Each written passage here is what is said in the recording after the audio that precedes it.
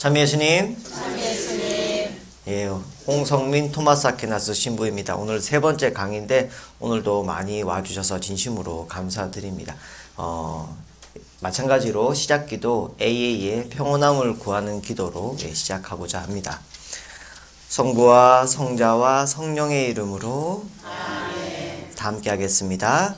하느님, 어쩔 수 없는 것을 받아들이는 평온함을 주시고 어쩔 수 있는 것은 바꾸는 용기를 주시고 그리고 이를 구별하는 지혜도 주소서. 아멘. 성부와 성자와 성령의 이름으로. 예, 제가 시작 때 말씀드린 것처럼 이 기도로 이제 4주간 강의 때 시작 기도로 하겠다고 말씀드렸는데 오늘 강의 주제가 사실 이 기도의 내용입니다. 왜 우리가 할 수 있는 것과 할 수 없는 것을 구분하게 해달라고 하는지 그것에 대한 이유를 여러분들께 말씀드리려고 합니다. 제가 지금 학교에 있는데 부산 가톨릭 대학교에 있는데 학교에 있으면서 느끼는 것 중에 하나가 혹시 그거 아십니까? 우리나라는 고3이 되면 종교가 하나로 통일되는 거. 고3이 되면 종교가 하나로 통일돼요. 천주교, 불교, 개신교, 뭐 그 말고도 다른 종교가 있지만 천주교, 불교, 개신교가 하나로 됩니다. 대학교라는 걸로. 성당에 가도 교회에 가도 또 절에 가도 기도의 내용이 똑같아집니다. 그런데 가만히 한번 생각해 봤으면 좋겠어요. 우리가 진짜 믿는 게 하느님인지 아니면 하느님을 통해서 다른 것을 더 희망하는지. 사실 믿는다는 말이 제대로 되려면 희망하는 것을 믿는 겁니다. 우리는. 그러니까 하느님을 통해서 다른 것을 희망한다 그러면 하느님을 믿는다고 하긴 좀 어려워요. 하느님을 희망하는 사람이 하느님을 믿는다고 제대로 말할 수 있는 거죠. 그래서 오늘 그런 의미로 우리의 믿음에 대해서 좀 생각해 볼까 합니다. 많은 사람들이 중독의 원인을 스트레스라고 생각합니다. 실제로 맞습니다. 그러니까 왜 술을 드십니까? 왜 도박에 빠지셨어요? 왜 게임을 못 끊습니까? 여러 가지 이유로 물어보면 많은 사람들이 이유는 여러 가지 말할 수 있겠지만 그것이 나에게 스트레스가 됐다. 그리고 스트레스를 푸는 방식으로 어떤 것을 선택했는데 거기에 못 나올 때 이제 중독이라고 얘기하는 거거든요. 또 반대로 담배를 끊었던 분들이 담배를 다시 피거나 아니면 술을 끊었던 분들이 다시 술을 마시거나 재발되는 원인도 가만히 보면 그 당시에 가졌던 스트레스인 경우가 많습니다. 그러면 이제 의사분들이나 또 저 같은 상담사들이 많이 하는 말 중에 하나가 스트레스 받지 마세요. 스트레스 받지 마세요. 이런 얘기 하는데 엄밀히 말하면 스트레스는 내가 받고자 해서 받는 건 아닙니다. 스트레스는 내가 조절할 수 없는 거예요. 더 엄밀히 말하면 스트레스는 내가 조절할 수 없기 때문에 받는 겁니다. 스트레스는 언제 생기느냐? 내가 어떤 것을 컨트롤하지 못할 때 스트레스 생기는 겁니다. 의학적으로는 우리 뇌가 좀 과민한 상태가 되는 게 스트레스고요. 심리학적으로는 마음이 불안하고 우울하고 초조하고 긴장한 게 스트레스고요. 그런데 이 모든 것은 내가 그렇게 되었기 때문에 스트레스를 받는 게 아니라 내가 그 조절할 수 없는 것을 조절하고 싶어서 스트레스를 받는다는 거죠. 제가 학생들한테 물어봤어요. 너는 뭐가 스트레스니? 대학교 다니는 아이들은 뭐가 스트레스일까요? 시험, 성적, 이게 스트레스죠. 또 가족, 엄마 때문에 스트레스 받아요. 친구 때문에 스트레스 받아요. 이렇게 얘기합니다. 그죠? 또 취업 때문에 스트레스 받아요. 근데 그거를 조금 더 들어가면 엄마가 내 맘대로 안 된다는 거예요. 엄마가 내 맘대로 했으면 좋겠는데 내 맘대로 안 해주니까 엄마 때문에 스트레스 받는다. 친구 때문에 스트레스 받아요. 친구가 내 맘대로 안 되는 거예요. 성적 때문에 스트레스 받아요. 성적이 내 맘대로 나오면 누가 성적 때문에 스트레스 받겠습니까? 그죠? 성적이 내 맘대로 안 되는 거예요. 얼굴 때문에 스트레스 받아요. 뭐예요? 얼굴이 내 맘에 안 드는 거죠. 그죠? 내 맘대로 안 되는 것이 우리에게 스트레스 원인입니다. 그래서 사람들은 스트레스를 받지 않기 위한 방법으로 내가 할 수 있는 걸 많이 가지려고 해요. 예를 들어서 돈이 많으면 돈이 없는 것보다 스트레스가 적을 것 같아요. 돈 때문에 스트레스 안 받을 테니까. 그죠? 또 힘이 많아지면 사회적으로 그러니까 높은 자리에 올라가면 높은 지위에 올라가면 어떤 권력을 가지게 되면 스트레스를 덜 받을 것 같아요. 그래서 사람들은 좀 더 높은 자리에 가려고 합니다. 내가 컨트롤할 수 있는 게 많아지면 스트레스를 덜 받을 거라고 생각하는 거죠. 근데 과연 그럴까? 혹시 사물 인터넷이라는 얘기 들어보셨습니까? 사물 인터넷. 말이 좀 어려울 수도 있습니다. 사물 인터넷. 사물이 인터넷과 연결된다는 거예요. 그러니까 예를 들어서 창문이 인터넷과 연결이 되고 우리 있는 벽이 인터넷과 연결이 되고 지금 우리가 가장 많이 쓰는 사물 인터넷은 휴대폰입니다. 전화기, 스마트폰. 사실 옛날에도 전화기는 있었죠. 그죠? 전화기 있었는데 들고 다니는 전화기로 바뀌다가 이 전화기가 인터넷이 연결이 된 거예요. 그게 이제 스마트폰이거든요.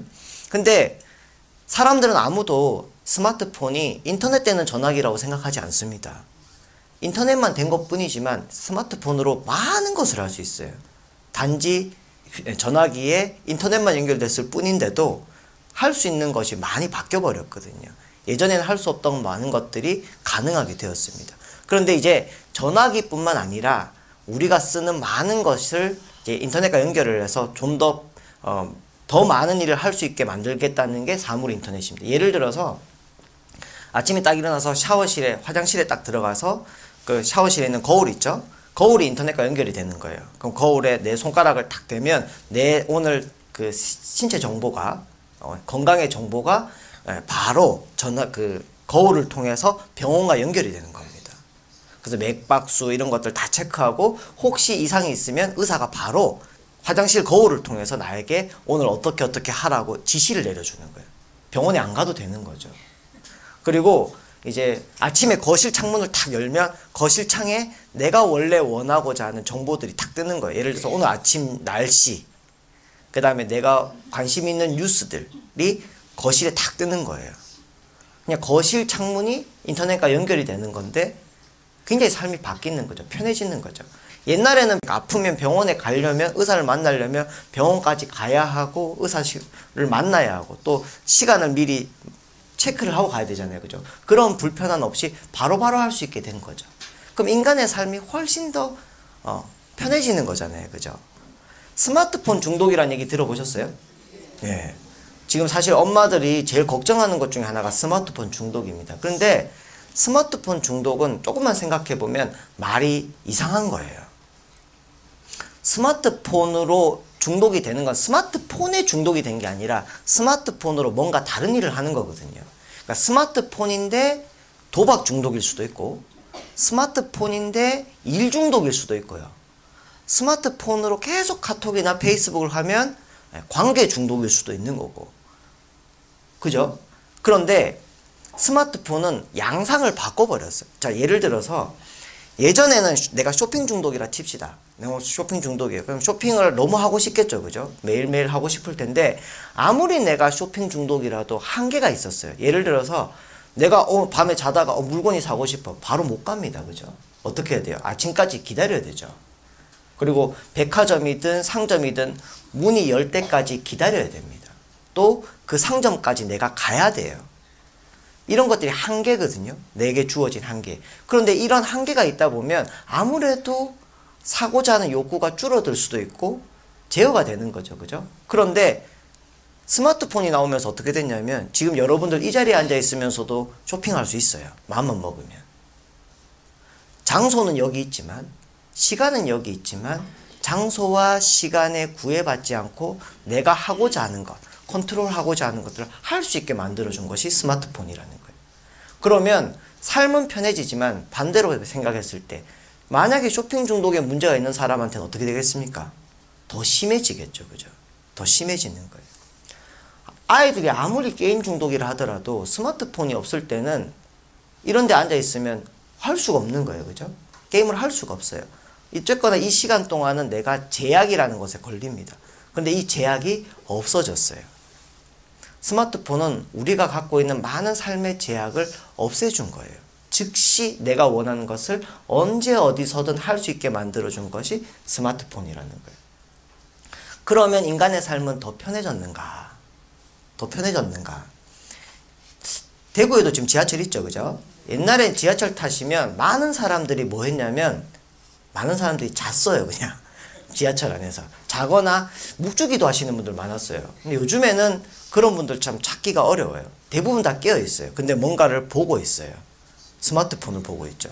예전엔 사람들이 잤던 이유가 뭐냐면 지하철 안에서 할 수 있는 게 없었어요.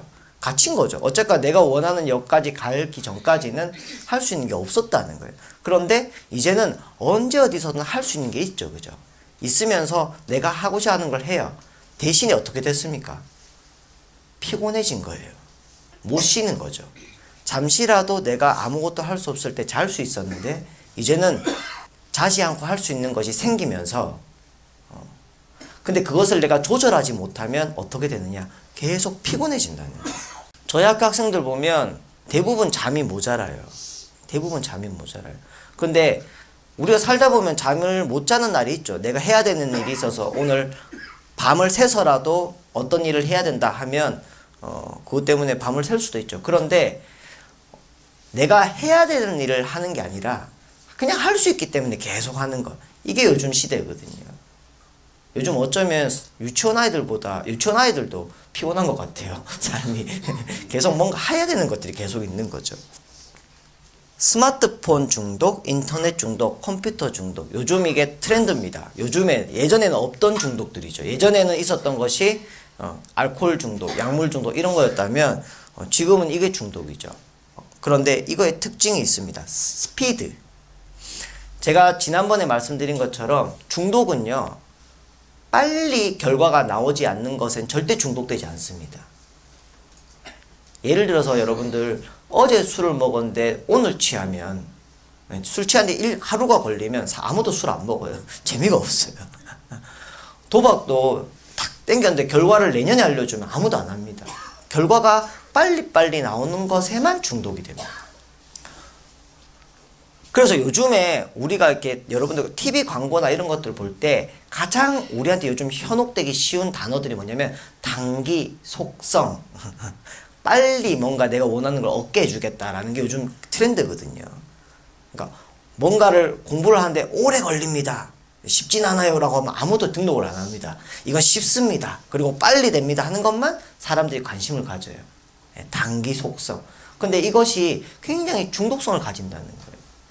그리고 스마트폰 아까 제가 말씀드린 것처럼 시간과 장소의 한계를 넘어서서 그래서 내가 컨트롤할 수 있도록 만들어주는 것이 중독적 요소라는 거예요.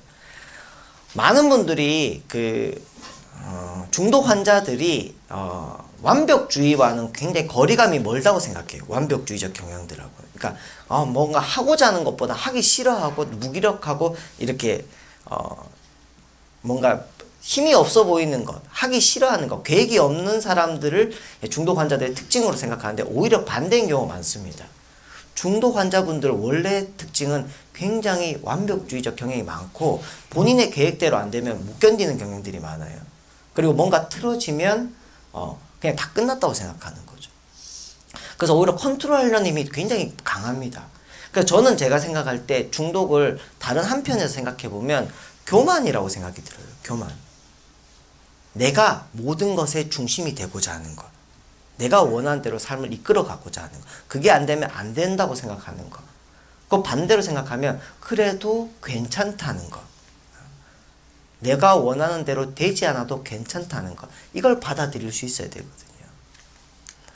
아까 제가 스트레스는 결국 내가 컨트롤하려는 것이 안 될 때 받는 거라 그랬어요. 그죠? 그러면 스트레스를 이겨내는 방법은 내가 삶의 주인이 아니다라는 걸 받아들여야 돼요. 내가 삶의 주인이 아니다. 내가 주인이라면 내가 원하는 대로 되겠지만 내가 주인이 아니기 때문에 컨트롤 안 되는 것이 당연하다. 나에게는 힘이 없다. 내가 원하는 대로 이끌어 나갈 힘이 나에게는 없다. 나는 알 수 없다. 사실 우리가 많은 것을 알아도 지금 당장 5분 뒤에 10분 뒤에 무슨 일이 벌어질지는 아무도 모르는 겁니다. 그죠? 사실은 아무도 몰라요. 그러나 괜찮다. 그러나 괜찮다고 받아들일 수 있는 것. 그런데 신앙이 없는 사람들한테 이렇게 말하는 건 굉장히 좀 어려운 부분입니다. 하지만 우리는 그렇게 말할 수 있죠. 왜? 나는 힘이 없지만 누구는 힘이 있어요? 하느님이 힘이 있고. 나는 모르지만 누구는 알고 있습니까? 하느님이 알고 있잖아요. 그리고 그 하느님이 나를 사랑한다고 정말 믿을 때 나는 몰라도 괜찮다라고 받아들일 수 있는 거죠. 얼마 전에 수능을 쳤죠, 아이들이. 그죠? 수능 칠 때 수능 치기 전에 아이들이 마음이 불안하겠죠. 그죠? 굉장히 불안합니다. 근데 불안할 때, 집을 나선 아이들에게 엄마도 이제 응원을 해줘야 되잖아요. 시험 치는 날. 아이들이 제일 많이 들었던 말은 엄마로부터 어떤 말이었을까요? 시험 잘 쳐. 화이팅. 엄마는 널 믿어. 라고 했대요. 애들이 제일 많이 들은 말은. 자, 시험을 못 칠까봐 불안한 아이한테 넌 시험 잘 칠 거야. 엄마는 그걸 믿어. 라는 말은 힘이 됐을까요? 아니면 불안을 줬을까요? 불안해지죠. 불안해집니다. 오히려. 근데 우리는 그런 식의 위로를 많이 해요. 어떤 사람이 사업이 잘 안 돼서 힘들 때 넌 잘 될 거야. 근거는 없어요. 그죠? 근데 사실은 그게 어쩔 때는 일시적으로는 용기를 줄 수 있겠지만 근원적으로 들어가면 용기를 못 준다는 거예요. 오히려 불안해질 수 있다는 거예요.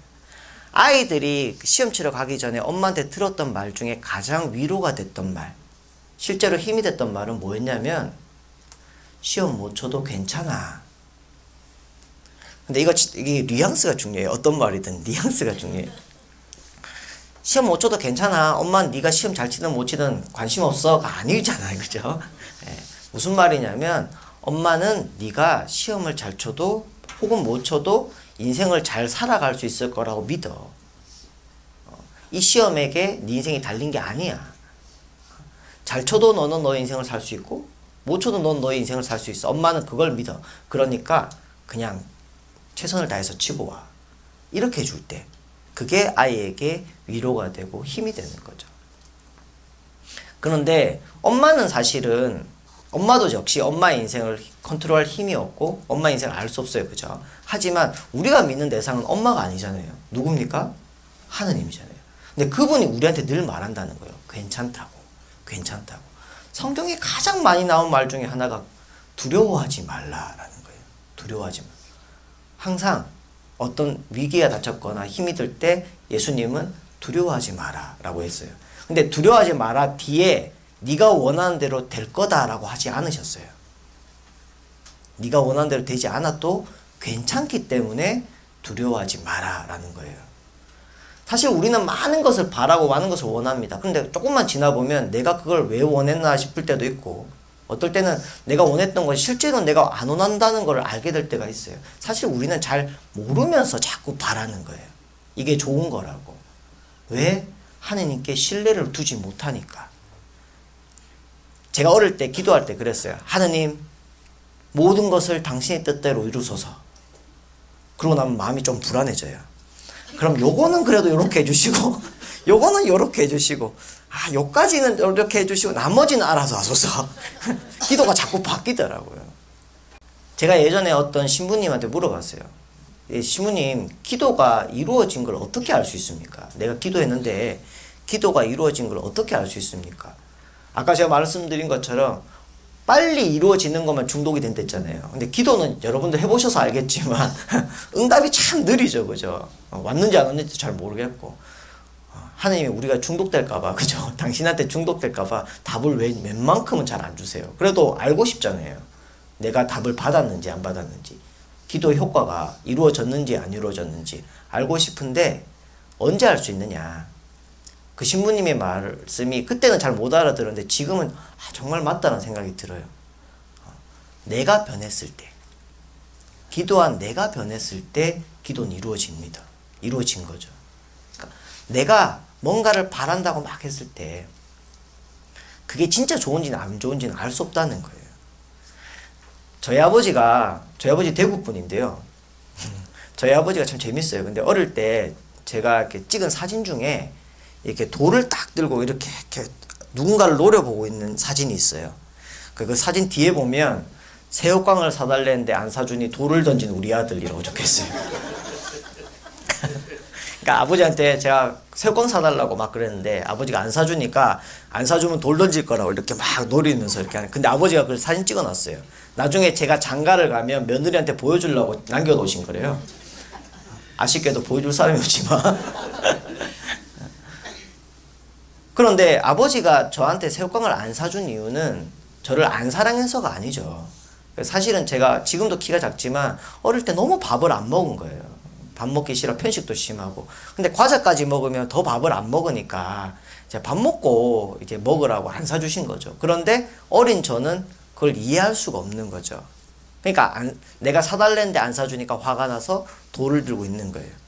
근데 우리가 기도하는 모습이 많은 경우에 그렇지 않나라는 생각이 듭니다. 하느님이 나를 사랑하지 않아서 내 기도를 안 들어주는 게 아니거든요. 어떨 때는 지금 나한테 이걸 주는 게 독일 수도 있다는 거예요. 지금 나는 바라지만. 하느님이 아는 걸 우리는 알 수 없잖아요. 그죠? 그러면 받아들이라는 거예요. 내가 알지 못한다는 거를. 그런데 우리는 끝까지 내가 원하는 대로 하고자 하거든요. 그래서 자꾸 문제가 생기죠. 아이들하고 갯벌에 놀러를 갔어요. 중고등부 아이들하고 성당에서 갯벌 놀러 갔는데 아이들이 이제 처음에는 이제 갯벌에서 놀면 옷을 베리잖아요. 그죠? 그럼 옷벌이가 싫으니까 이렇게 되게 이렇게 조심합니다. 조심하다가 제가 이렇게 흙을 막 던지면 애들이 이제 옷 버리기 싫으니까 막 피하죠. 그죠? 피하다가 옷에 진흙이 탁 묻으면 어떻습니까? 이제 이왕 베린 몸. 그죠? 이왕 베린 몸. 근데 나만 죽을 수 없다. 그래서 같이 막 놀죠. 그죠? 그래서 옷을 다 버리고 얼굴도 다 버립니다. 그 프로그램에 제가 제목을 붙였던 게 그거거든요. 마지막에 다 정리하면 옷도 버리고 얼굴도 버리고 다 그랬는데 신나게 놀았어요. 놀고 난 다음에 이제 친구들한테 한 얘기는 빨면 된다. 그랬어요. 빨면 된다. 어릴 때 여러분들 흰 운동화 같은 거 딱 어머니가 사주시면 처음에는 그거 깨끗함을 지키고 싶잖아요. 그죠? 그래서 막 이렇게 조심조심 다니기도 하고 뭐가 묻으면 막 닦기도 하고. 근데 다음날 누가 밟거나 이러면 짜증이 확 나죠. 그죠? 그래서 막 닦다가 나중에 포기하게 되죠. 그럼 나중에 어떤 생각이 드냐? 빨면 되지 뭐 나중에. 이런 생각을 하는 거죠. 그 빨면 된다라는 거. 그게 굉장히 건강한 생각이에요. 건강하지 못한 사람들은 빨아도 안 될 거라고 생각해요. 이제 끝났다고. 이제 이거는 돌아올 수 없다고. 성경에 많은 부분들이 여러분들 그 회복에 대한 이야기들을 가만히 보면 성경에 잃어버린 것을 다시 찾는 이야기들이 많습니다.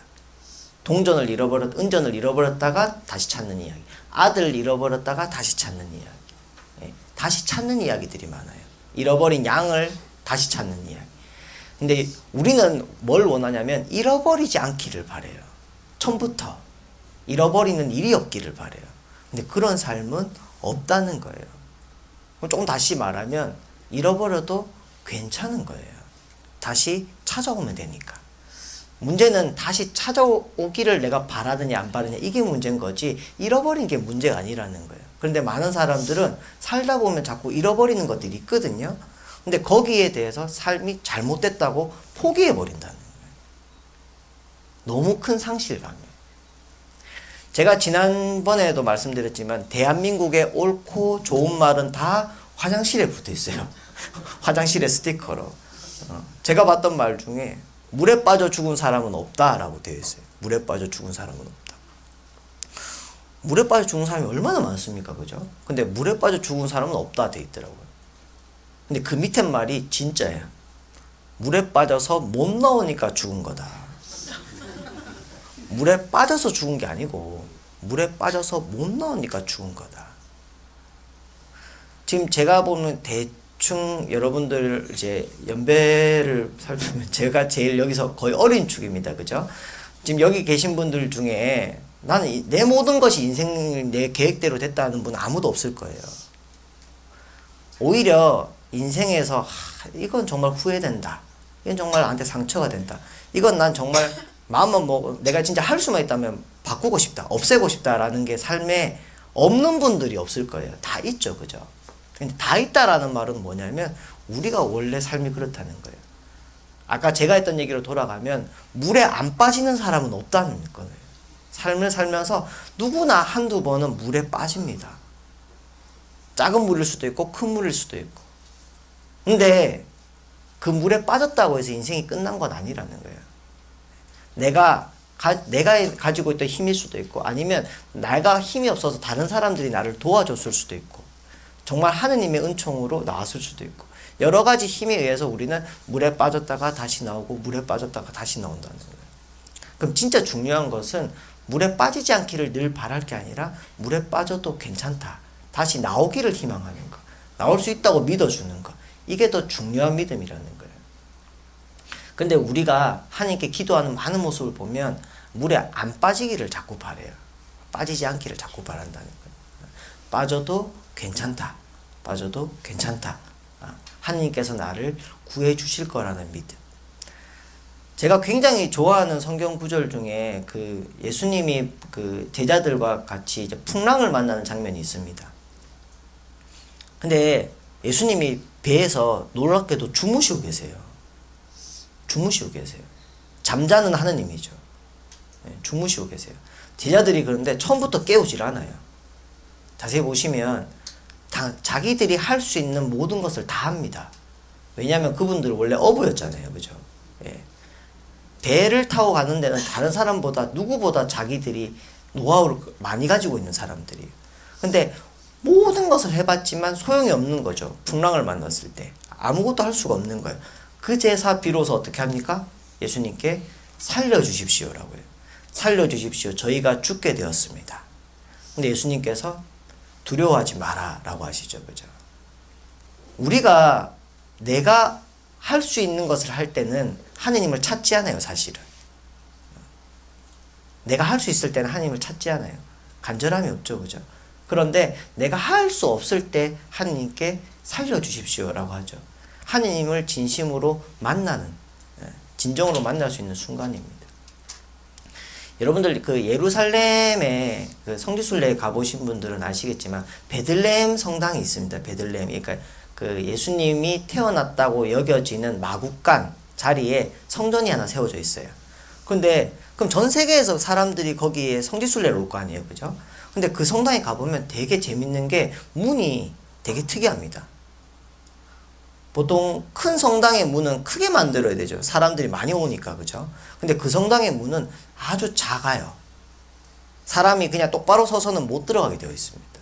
약간 허리를 숙이고 이렇게 들어가야만 들어갈 수 있어요. 작고 좁은 문이죠. 예수님께서 그러죠. 하느님 나라에 들어가는 것은 좁은 문으로 가야 된다고. 좁은 문. 근데 좁은 문을 생각하면 사람들은 그 요즘에 입시 경쟁하면 이제 뭐 좋은 대학 보통 아니면 좋은 직장 이러면 몇 대 몇 이렇게 얘기하잖아요. 그죠? 경쟁률이 높아서 우리가 그 사이비 종교라고 부르는 종교들도 꼭 보면 그 14만 4천 명 얘기하면서 그것에 순위에 딱 들어야만 그 구원을 받을 수 있다고 여기니까 사람들은 그냥 그 경쟁 안에 들어갑니다. 그것도 굉장히 중독적 요소가 강한 거예요. 근데 예수님이 말한 좁은 문은 우리가 많은 사람들이 그걸 다 원하기 때문에 내가 그 경쟁에서 이겨서 들어가는 좁은 문이 아닙니다. 좁은 문에 들어가려면 어떻게 됩니까? 내 고개를 숙이고 몸을 굽혀야 되는 거예요. 내 고개를 숙일 줄 아는 것. 내 몸을 굽힐 줄 아는 것. 내 뜻을 꺾을 줄 아는 것. 누구 앞에서? 하느님 앞에서. 근데 이거는 굴복이 아닌 거예요. 하느님이 힘으로 나를 굴복시켜서 억지로 내 허리를 꺾은 게 아니라 당신께 내 뜻을 맡길 수 있기 때문에, 믿을 수 있기 때문에 저는 제 뜻을 안 세워도 됩니다라고 숙일 수 있는 거. 그게 믿음이라는 거예요. 성모님께서 처음 이제 그 가브리엘 천사를 만나가지고 가브리엘 천사가 이제 아들을 낳을 거라고 했을 때 처음에는 그게 이해가 안 되셨죠. 그죠? 이해가 안 됐지만 하느님께서는 못한 일이 없다고 하시니까 바로 뭐라고 하십니까? 뜻대로 이루어지기를 제가 바랍니다 라고 얘기해요. 그냥 뜻대로 이루어지소서. 하나님 뜻이니까 이루어지겠지 뭐. 어쩔 수 있나요? 뭐 받아들여. 이게 아니라 당신의 뜻이 이루어지기를 내가 바랍니다 라고 얘기하는 거예요. 내 희망이 하나님의 뜻이 된 거예요. 이게 신앙이라는 거예요. 신앙은 하나님만 믿고 살면 내 뜻대로 될 거라고 믿는 게 아니고 당신의 뜻이 이루어지기를 내가 바랍니다. 왜? 당신이 나에게 가장 좋은 것을 주실 테니까요. 하느님은 나와 상관없는 분이 아닙니다. 나를 창조하셨고 나를 위해 이 세상을 주셨고 나를 세상 누구보다 사랑하시는 분이에요. 그렇다면 하느님께서 나에게 주시는 것은 나에게 가장 좋은 것일 거라고 내가 믿는 거죠. 내가 믿는 것. 하느님이 나한테 가장 좋은 것을 주실 거라고 믿는 것. 이 믿음이 우리에게 없지 않나. 그래서 자꾸 불안해지지 않나. 사람들이 중독에 빠질 때 느끼는 많은 마음 중에 하나가 불안이거든요. 불안할 때 우리는 숨고 싶어요. 내가 안전한 곳으로, 술로 숨고 도박으로 숨고 내게 가장 익숙한 곳에 숨어버리는 거예요. 그래서 좀 안전하게 나를 보호하려고 하는 것이 불안을 달래는 우리의 방법이에요. 근데 불안해하지 않아도 된다는 거. 그게 우리가 가진 믿음일 수 있다는 거죠. 자, 평온함을 구하는 기도. 이게 원래 원어입니다. God, 하느님이죠. Grant me the serenity. 발음 죽이죠. 제가 저번에도 말씀드렸지만 미국에 갔더니 안녕하세요. 그 어학원에 이제 인사를 하려고 문 열고 들어가니까 굿모닝, 헬로 하니까 그 서울에서 온 친구가 나보고 부산에서 오셨어요? 이러더라고요. 굿모닝인데 어떻게 하는지 모르겠어요. 아무튼 제가 영어를 하면 아이들이 귀에 쏙쏙 들린대요. 하느님 저에게 주십시오. 평온함을 주십시오 라는 뜻입니다. To accept the things I cannot change. 내가 바꿀 수 없는 것을 받아들이는 그것을 평온함이라고 얘기하는 거예요.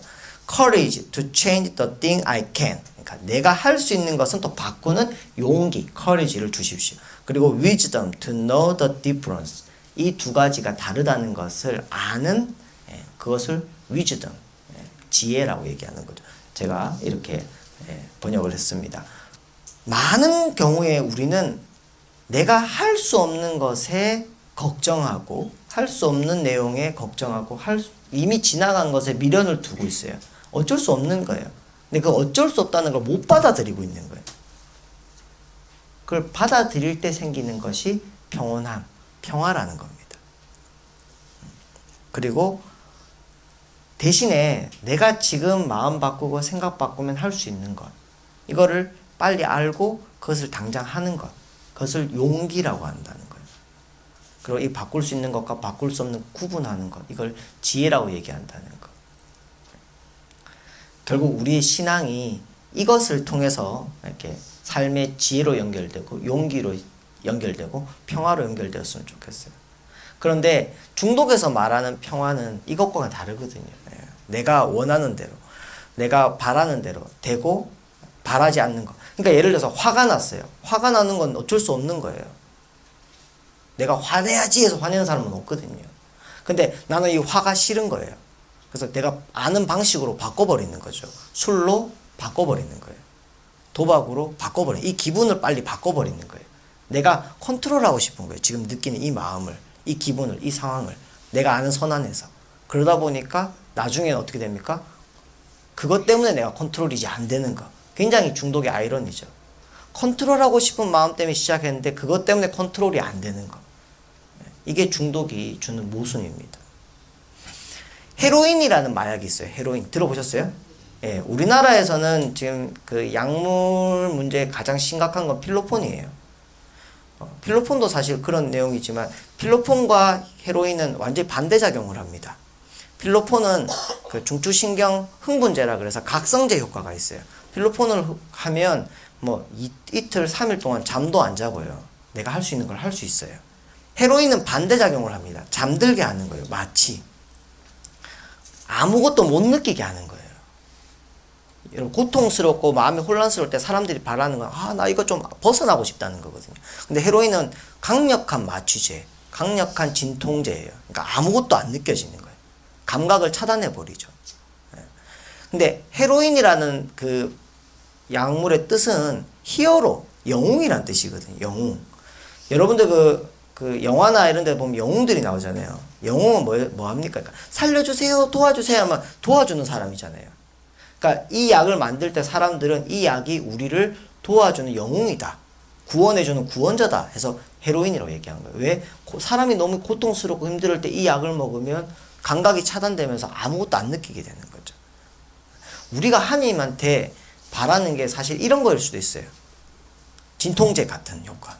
하나님 내 이 고통 그냥 없애주세요. 없애주세요. 하나님은 절대 안 없애준다는 거예요. 왜? 이것이 우리의 삶을 망친다고, 망가뜨린다고, 끝낸다고 생각하지 않으시는 거예요. 너는 인생을 살아갈 수 있어. 이걸 통해서 더 나은 삶을 살아갈 수 있다고 믿으시기 때문에, 그리고 너는 이것을 이겨낼 수 있는 힘을 가지고 있다고 믿기 때문에 해주신다는 거예요. 근데 우리가 또 착각하는 게 있어요. 우리가 모든 것을 다 해결해야 되는 게 아니라는 거예요. 그냥 내가 할 수 있는 것만 하면 그 나머지는 하나님께서 같이 해주신다는 믿음. 그걸 갖고 있을 때 우리는 어떤 어려움이 와도 그것을 그냥 벗어나고자만 하는 게 아니라 이겨낼 수 있고 해결할 수 있는 힘을 가질 수 있다는 겁니다. 요즘 우리가 쓰는 말 중에 돌봄이라는 말이 굉장히 많습니다. 케어라는 말. 케어라는 말. 근데 저는 대한민국에서 제일 잘못 쓰는 말 중에 하나가 이 케어가 아닌가라는 생각이 들어요. 케어가 자꾸 문제 해결 쪽으로 가는 거죠. 아까 제가 말씀드린 것처럼 사람들이 바라는 건 내가 가진 문제를 누군가 빨리 해결해 주기를 바라는 거, 없애주기를. 제가 지금 기숙사 관장인데요. 대학교에. 요즘 이제 기숙사에 아이들이 이제 새로 신청, 이제 입학이 수시나 아니면 정시 이제 합격해서 기숙사 합격이 되면 문의 전화가 많이 옵니다. 기숙사 들어가려면 뭘 가져가야 되는지, 어떻게 절차를 밟아야 되는지 문의 전화가 많이 와요. 대학교잖아요. 그죠? 대학교인데도 대부분의 전화는 부모님이 하세요. 지금은. 아이들이 이런 거 잘 안 해봤으니까 엄마가 대신해 주시는 거죠. 근데 사실 그것도 어머니의 사랑이지만 조금 다르게 생각하면 아이들이 충분히 할 수 있는 일에 대해서는 아이들이 하도록 해주셔야 되는데 어떤 부분에서는 너무 그 사랑이 지나쳐서 자꾸 해결해 주시려고 한다는 거예요. 그거를 돌봄, 케어라고 생각한다는 거죠. 저는 이 케어라는 단어가 우리나라에서 제일 잘못 쓰는 단어 중에 하나라고 생각해요. 제일 흔하게 쓰이는 케어라는 단어가 스킨케어라고 들어보셨어요? 동네에 가다 보면 스킨케어라고 써있죠. 그죠? 그리고 그 밑에 한글로 피부 관리라고 써있어요. 관리. 스킨이 피부니까 케어를 우리가 번역할 땐 관리라고 번역하는 거예요. 그래서 우리는 케어를 관리자의 마인드로 합니다. 근데 관리는 케어가 아니에요. 영어로 관리는 매니지라고 합니다. 매니지먼트. 매니지는 목표가 있어요. 이루고자 하는 목표가 있어요. 그 목표를 이루어가기 위해서 지금의 상태를 자꾸 바꾸고자 하는 게 매니지고 관리인 거예요. 그걸 하는 사람이 매니저고요. 근데 관리자는, 돌보는 것은 오히려 그거와 반대라는 거예요. 잘 한번 보세요. I don't care라는 말이 있어요. 영어에. I don't care. 케어가 돌보는 거죠. 근데 I don't care 하면 나는 돌보지 않아 라는 뜻이 아니에요. 나는 관심 없어. 나는 상관없어 라는 뜻이에요. 난 상관없어. 나는 이거에 관심 없어 라는 뜻이에요. 자, 여기에서 케어는 관심이죠. 관심. 케어의 첫 번째는 관심을 둔다는 거예요. 자, 그러면 아이를 엄마가 돌본다고 할 때 아이에게 엄마가 어떻게 됩니까? 관심을 둬야 된다는 거예요. 근데 요즘 많은 아이들이 이렇게 얘기합니다. 신부님, 우리 엄마 나한테 관심 없어요. 그러니까 제가 그래요. 야, 너네 엄마가 너한테 얼마나 관심이 많은데, 너 공부하는 거에도 관심이 많고, 너 어떻게 키울 거에 관심이 얼마나 많으신데. 그럼 친구가 그래요. 우리 엄마 나한테 관심 없어요. 성적에만 관심 있어요. 이렇게 얘기합니다. 뭐라고 느끼는 겁니까? 엄마가 매니저라고 느끼는 거죠. 엄마의 관심이 있어요. 그런데 엄마의 관심은 아이에게 관심이 있는 게 아니라 엄마에게 관심이 있는 거예요. 나는 이 아이를 어떻게 키우고 싶은가? 자기 관심인 거예요. 여기서 말하는 관심은 아이의 관심이라는 거예요. 얘가 뭘 좋아하는지, 뭘 원하는지, 어떤 것을 할 때 신나하고 좋아하는지 관심을 가지라는 거예요. 다 그러신 건 아니지만 많은 경우에 아이가 조금 성격이 다 다르잖아요. 아이들 성격이 처음부터 다 다르잖아요. 타고난 천성이 있으니까. 태어났는데 애가 조용하고 말이 없고 약간 소극적인 것 같으면 엄마들이 얘 성격이 이래서 어떻게 태권도 학원 보냅니다. 활달한 성격으로 바꾸려고. 근데 애가 너무 활달하고 이렇게 이렇게 산만해 보이면 얘 이래서 어떻게 바둑 학원 보냅니다. 공통점이 있어요. 성격을 바꾸려고 한다는 거예요. 바꾸려고 한다. 이 아이가 원래 어떻게 타고났는지, 어떤 성향으로 태어났는지 관심을 두기보다 자꾸 바꾸려고 한다는 거예요. 내 취향에 맞게. 엄마가 나를 좋아하지 않는구나. 엄마가 내 이런 면을 받아주지 않는구나. 이것 때문에 자존감이 계속 깎이는 거예요. 누구의 기준에 맞지 않다고 여기는 거죠. 무슨 말인지 아시겠죠? 오히려 관심은 내가 얘를 바꾸려고 하는 관심이 아니라 얘가 원래 어떤지를 알려고 하는 거. 그게 케어 첫 번째라는 거예요. 그럼 우리가 생각하는 케어는 지금 반대죠, 그죠? 두 번째, be careful이란 말이 있습니다. be careful. 케어가 풀한 거예요. 돌봄이 풀한 거, 가득 차 있는 거. 근데 이 뜻은 뭐냐? 조심해 라는 뜻이에요. 조심해. 왜? 케어를 잘못하면 사람이 다쳐요. 아까 내가 말한 것처럼 내가 너무 관심이 많은데 내 관심에만 집중되어 있으면 상대방이 내 사랑이란 이름에 다친다는 거예요. 여러분들 누군가에게 조언할 때 그런 얘기 들어보셨어요? 내가 좀 생각해서 해준 말인데 막 기분 나쁘게 답하거나 이러면 야, 왜 내 말이 틀렸어? 이런 말 하잖아요. 그죠? 말이 틀린 게 아니죠. 그런데 실제로는 그 사람의 마음을 충분히 헤아리지 못하면 오히려 마음을 다치게 할 수도 있다는 거예요.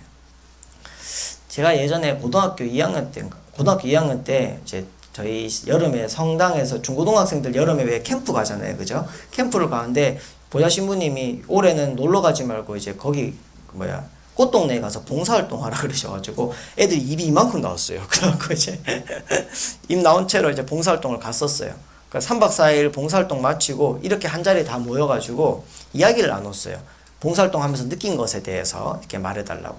그런데 아이들이 한 명씩 나와서 얘기를 하는데 제 동기 여학생이 나와서 이런 말을 했어요. 여기 오니까 참 불쌍한 사람도 많고 아픈 사람도 많고 가족과 떨어져 있고 근데 저는 참 여기 와서 이걸 보니까 내가 참 행복한 사람이구나. 몸도 건강하고 가족도 있고 하나님께서 나를 정말 사랑하시는구나 라는 걸 느끼면서 감사하면서 갑니다 라고 얘기했어요. 여러분들 이 말에 대해서 어떻게 생각하세요? 사실 우리가 많이 갖는 태도거든요. 어떻게 좀 불쌍한 사람들, 아픈 사람들 보면서 난 참 다행이구나. 근데 이 말을 그 사람들이 들으면 어떨까요? 상처받겠죠, 그죠? 내가 어떤 도움을 줬던지 간에 그 도움이 별로 고맙진 않을 거예요. 함께 하지 않으면서 먼저 그 사람들의 어떤 상황에 대해서 같이 관심을 가지고 함께 하지 않으면서 쯧쯧하는 거, 우리가 그걸 값싼 동정이라 그러죠. 누군가 나를 동정한다 그러면 그냥 기분 나쁠 거예요, 그죠? 그런데 하느님은 한 번도 우리한테 그러지 않으셨어요. 먼저 우리와 같은 사람이 되셨죠. 그죠? 하나님 입장에서 하신 게 아니라 우리를 같이 느껴주셨다는 거예요. 근데 우린 그렇게 하지 않으면서 그 사람에 대해서 내가 가진 입장에서 얘기할 때 오히려 be careful, 조심하지 않기 때문에 사람의 마음을 다치게 할 수도 있다는 거예요. 항상 케어는 먼저 그 사람의 입장이 되어서 그 사람을 헤아리면서 해야 된다는 거죠. 홀트라는 게 있습니다. 홀트. 들어보셨는지 모르겠는데 중독에서는 재발이라는 걸 하거든요. 재발은 늘 있습니다. 그러니까 한 번에 술을 끊는 거나 한 번에 약을 끊거나 굉장히 어렵습니다. 그렇게 잘 되지도 않고. 근데 재발하는 과정이 사실은 실패한 과정이 아니라 재활하는 과정 중에 있다고 여깁니다. 그래서 재발도 굉장히 중요한데 재발 예방 교육이라는 걸 하거든요. 그러니까 재발이 잘 될 수 있는 상황을 얘기해 주는 겁니다. 그래서 홀트라는 거는 영어로 스탑, 정지라는 뜻입니다. 이 네 가지 상황에서는 잠시 상황을 멈춰서 자기를 잘 돌봐야 된다는 건데 홀트, HALT는 우리가 가질 수 있는 상황, 네 가지 상황의 첫 번째 글자들입니다. 그래서 H는 hungry, A는 angry, L은 lonely, T는 tired. 그러니까 배고플 때, 화났을 때, 외로울 때, 그리고 피곤할 때, 이때 자기 자신을 그냥 가만히 두지 말고 방치하지 말고 멈춰서서 자신을 잘 돌보아라 라는 뜻으로 홀트, 정지라고 얘기하는 겁니다. 그런데 우리도 이렇게 한번 생각해 봤으면 좋겠어요. 내가 이런 상황에서 나를 어떻게 돌보고 있는지. 먼저 배고플 때 내가 사랑하는 사람이 나 배고파 라고 하면 뭐 사줄까 하거나 뭐 해줄까 라고 얘기하겠죠. 먹고 싶은 거 얘기해봐 라고 얘기하겠죠. 근데 나 혼자 있을 때 혼자 계시면서 나 이거 먹고 싶어 사 먹어야지 아니면 나 이거 해 먹어야지 할 수 있는 사람은 굉장히 건강한 사람이에요.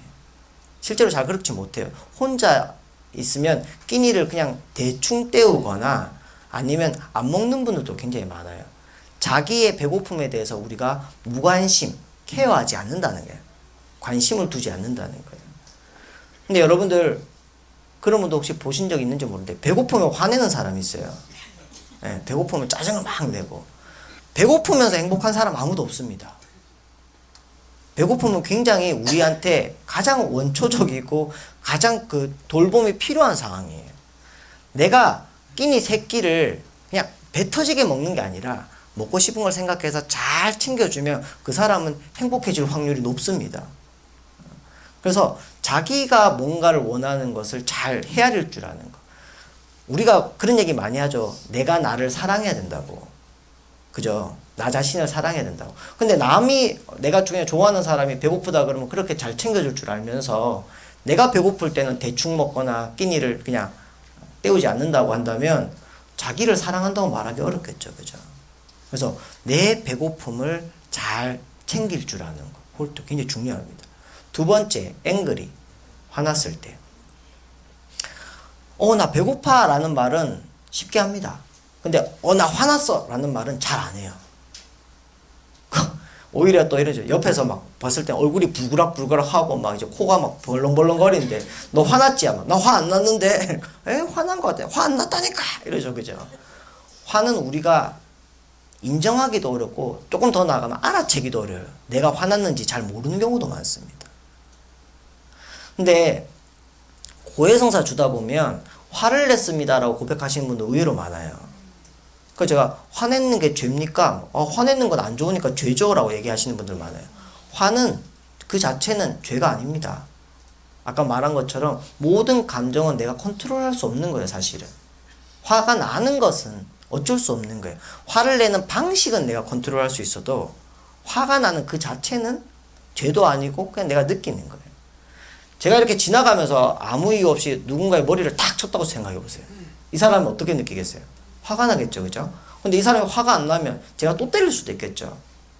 화는 제가 탁 때렸을 때 그러지 마세요. 다음부터 그럼 화낼 거예요. 라고 하면 제가 조심하겠죠. 그죠? 자기를 지키는 힘이에요. 여러분들 그 강아지나 고양이 키우시는 분들 자기 새끼를 건드리거나 자기 밖을 건드리면 어떻게 합니까? 동물들이 화내죠. 그죠? 얼렁거립니다. 그 화는 자기를 지키는 힘이에요. 내가 지켜야 될 새끼를 지키고 내가 지켜야 될 밥그릇을 지키는 거예요. 소중한 거예요. 내 생존을 위해서. 화를 못 내면 내가 생존할 수 없는 거예요. 생존하는 방식 때문에 문제인 거예요. 그래서 화내는 사람들, 근데 우리가 제일 많이 하는 말이 화를 내고 있으면 화내지 마 이런데 사실 그것보다 더 효과적인 방법은 왜 화가 났는지 물어보는 거예요. 너 왜 화났어? 그래서 화내는 거, 네가 그래서 화가 났구나 라는 말을 들으면 누구나 화가 빨리 풀려요. 내 화가 없애진 게 아니라 내 화를 이해받았기 때문에 풀리는 거예요. 이해. 내 화에 관심을 받았기 때문에. 본인 스스로에게도 마찬가지예요. 내가 화가 나면 화를 자꾸 없애려고 하면 안 돼요. 그 술 드시는 많은 분들도 화가 나서 드시거든요.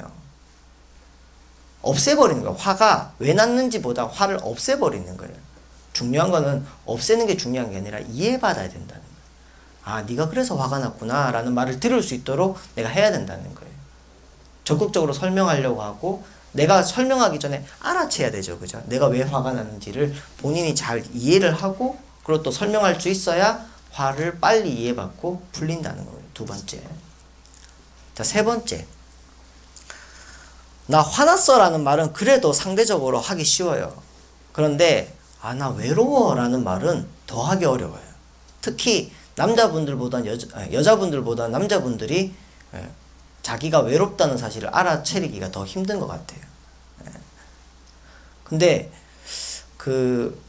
지금 문제가 되는 중독 중에 뭐 알코올 중독, 약물 중독 이런 것도 있지만 성중독도 굉장히 심각하거든요. 특히 중고등학생들 야동 같은 거를 다운받았다가 죄책감을 느껴서 다 지웠다가 3일 뒤에 다시 다운받고 또 죄책감이 들어서 고해성사 보고 굉장히 갈등이 심하거든요. 근데 성중독을 그냥 사람들은 나쁜 행위, 그 행위가 나쁘기 때문에 해결책으로 그 행위를 자꾸 안 하는 것으로만 들어가지만 성은 기본적으로 사랑받는 거거든요. 사랑하고 사랑받는 거.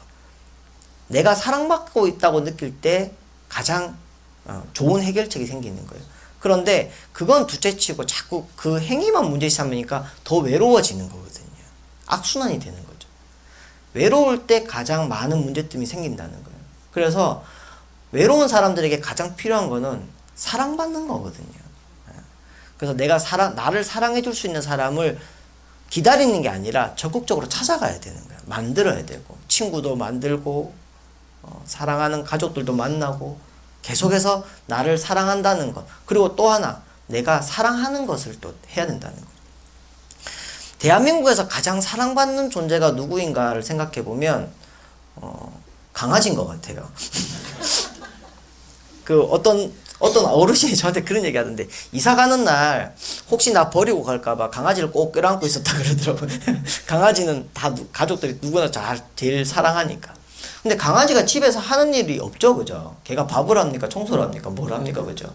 근데 강아지가 그 집에서 가장 사랑받는 이유는, 가족들을 적극적으로 사랑해 주거든요, 걔가. 문 열고 들어오면 꼬리치고, 막 이렇게 반갑다고 얘기해주고, 그게 가장 사랑받을 수 있는 이유가 된 거죠. 그죠? 내가 너를 사랑한다는 걸 계속 알려줄 때. 우리가 사랑받는 가장 좋은 방법도 그거예요. 그러니까 내가 사랑을 받을 수 있는 가장 좋은 방법은 내가 사랑하는 거예요. 나 너 좋아한다. 나 너 사랑한다. 넌 나한테 소중한 사람이다. 기회가 있을 때마다 얘기해 주세요. 가족들한테, 친구들한테. 그러면 그 사랑이 나한테도 돌아와요. 사랑을 받는 가장 좋은 방법은 내가 사랑이 되는 거라는 거예요. 그래서 롱리, 외로움을 적극적으로 달래야 됩니다. 근데 대부분의 사람들은 난 외롭지 않다고 느끼고요. 또 외롭다고 하더라도 혼자 견뎌요, 그냥. 자꾸 방치되는 거죠. 그죠? 자, 마지막으로 tired, 피곤할 때. 아마 지금 여기 계신 분들 거의 일주일 동안 살면서 제일 많이 하는 말 중에 하나가 피곤하다. 쉬고 싶다 라는 말 많이 하실 거예요. 대한민국 사람들이 거의 대부분이 아이들까지도 피곤하다 그래요. 그런데 어제 하는 일이 너무 많아서 내가 어제 좀 일이 많아가지고 피곤하다 그러면 나도 이해가 돼요. 그죠? 그리고 오늘 좀 쉬어야 되겠다 생각이 듭니다. 그런데 일이 많아서 피곤한 거는 쉬면 됩니다. 일이 많아서 피곤한 건 쉬면 돼요. 그런데 지금 우리가 피곤한 거는 일이 많아서 피곤하다기보다는 쉴 줄을 몰라서 그만두지를 못하는 거예요. 쉰다는 거는 안 하는 거거든요. 예수님도 보면 외딴 곳에 가서 기도하시면서 쉬셨다고 돼 있죠. 그죠? 제자들 보고도 가서 좀 쉬어라 라고 말씀도 하시고 중요한 거예요. 그런데 우리는 멈출 줄을 모른다는, 아까 제가 그 스마트폰 얘기 드리면서 예전에는 사람들이 할 수 있는 게 없었기 때문에 쉴 줄 알았다는 거예요. 근데 지금은 자꾸 많은 것들이 주어지면서 오히려 할 수 있는 것이 많아지니까 못 쉬게 되는 거죠. 만약에 예전에는 여러분들 길에서 사무적인 업무적인 전화를 받으면 제가 지금 밖이라서 지금 제가 확인할 수가 없어서 사무실 들어가서 확인하고 연락드리겠습니다. 이런 말을 하죠. 그죠? 요즘에는 스마트폰 나오면서 그런 얘기를 할 수가 없어요. 밖에서 업무가 다 되거든요. 언제든. 언제든 할 수 있다는 것은 다른 말로 하면 언제든 못 쉰다는 거죠. 24시간 풀 가동되고 있다는 거예요. 내가. 그러니까 못 쉬게 되는 거죠. 쉬는 유일한 방법은 중간에 멈출 줄 아는 겁니다. 멈출 줄 아는 거. 쉴 줄 아는 거. 그래서 우리 신앙에서는 피정이라는 걸 갑니다. 피정. 들어보셨어요? 원래 피정의 뜻은 피세정념이라고 그러죠. 피세. 세상을 피하고 정령, 고향에 머무는 것, 고향을 찾아가는 것. 삶의 자리에서 잠시 멈출 줄 아는 것. 내가 왜 이것을 했는지 돌아볼 줄 알고 내가 어디로 가고 있는지를 볼 줄 아는 것. 그게 멈춤의 지혜라는 거예요. 제가 신학교 가기 전까지는 산에 가는 걸 정말 싫어했어요. 어차피 또 내려갈 건데 왜 올라가는지 이해를 못 하겠더라고요. 그래서 그 신학교에서 이제 동기들끼리나 아니면 이제 신부님들하고 이제 등산을 하면 너무 싫으니까, 가기 싫으니까 이제 땅만 보고 갔어요. 땅만 보고 막 가다 보면 너무 힘들죠. 그죠? 근데 어느 날 이렇게 올라가다가 고개를 한번 들었는데 땅을 볼 때는 주위의 풍경을 알 수가 없었어요. 그런데 고개를 탁 드니까 나뭇잎도 보이고 햇살도 보이고 풍경이 달라지더라고요. 잠시 멈출 줄 아는 것은 좀 다른 표현으로 하면 내가 그 자리에 서서 내가 지금 어디 서 있는지 고개를 들 줄 아는 여유, 그거로 생각합니다. 내가 지금 계속 사는 대로 살다 보면 이게 뭐 어떻게 가고 있는지 알 수가 없거든요. 의미도 알 수 없고. 그런데 잠깐 멈춰서 주위를 돌아보면 내 주위에 있는 사람도 보이고 내가 갖고 있는 어떤 다른 것들도 보이고, 그러면서 그곳에 감사할 수 있고 또 다른 의미를 찾아갈 수 있다는 거예요. 또 다른 의미로는 내가 잘못된 길을 가고 있는 것도 알 수 있고요. 그래서 중간중간에 삶의 순간순간에 멈출 줄 아는, 저는 우리가 갖고 있는 신앙의 유산 중에 시간에 기도하는 거 있죠. 아침 기도, 저녁 기도, 또 자기 전에 끝기도 하는 것, 이런 것들. 그게 그 시간에 어떤 맞춰서 의무감이 아니라 아침에 주어진 이것에 내가 잠시 멈춰서 하나님 뜻을 생각해보고, 또 저녁에 또 잠시 멈춰서 하나님 뜻을 생각해보고, 자기 전에 오늘 하루를 돌아보고 하나님 뜻을 생각하고 내일 아침에 내가 어떤 것을 할지 희망을 품고 그러고 자는 것. 그 잠시의 여유가 우리의 삶을 굉장히 바꿀 수 있다는 거예요. 자, 그래서 오늘 자기 돌봄이 가장 필요한 상황 4가지에 대해서 말씀드렸습니다. HALT, 홀트라는 건데, 오늘 여러분들 이 강의 들으시면서 내 배고픔, 내 화, 그리고 내 외로움, 그리고 내 피곤함에 대해서 조금 더 관심을 가지고 돌볼 수 있었으면 좋겠고, 그렇게 돼야 다른 사람도 돌볼 수 있습니다. 여러분들 자기가 자기를 못 돌보는 사람이 다른 사람이 나한테 와갖고 자꾸 칭얼대면 제일 먼저 하는 말이 뭔지 아세요? 야, 너만 힘들어? 나도 힘들어. 야, 너만 참고 살아? 나도 참고 살아. 참고 사는 사람한테는 다른 사람한테도 자꾸 참고 살으라 그래요. 돌볼 수가 없는 거예요. 남을 돌보려면 자기를 먼저 돌볼 줄 알아야 돼요. 그래서 가장 필요한 4가지 이 상황들에 좀 더 관심을 가지시고, 그래서 다른 사람에게도 그 관심을 둘 수 있는 우리가 되었으면 좋겠습니다. 오늘 마칠 텐데 또 영광송으로 마치겠습니다. 성부와 성자와 성령의 이름으로 아멘. 영광이 성부와 성자와 성령께 처음과 같이 이제와 항상 영원히 아멘. 성부와 성자와 성령의 이름으로. 아멘. 감사합니다.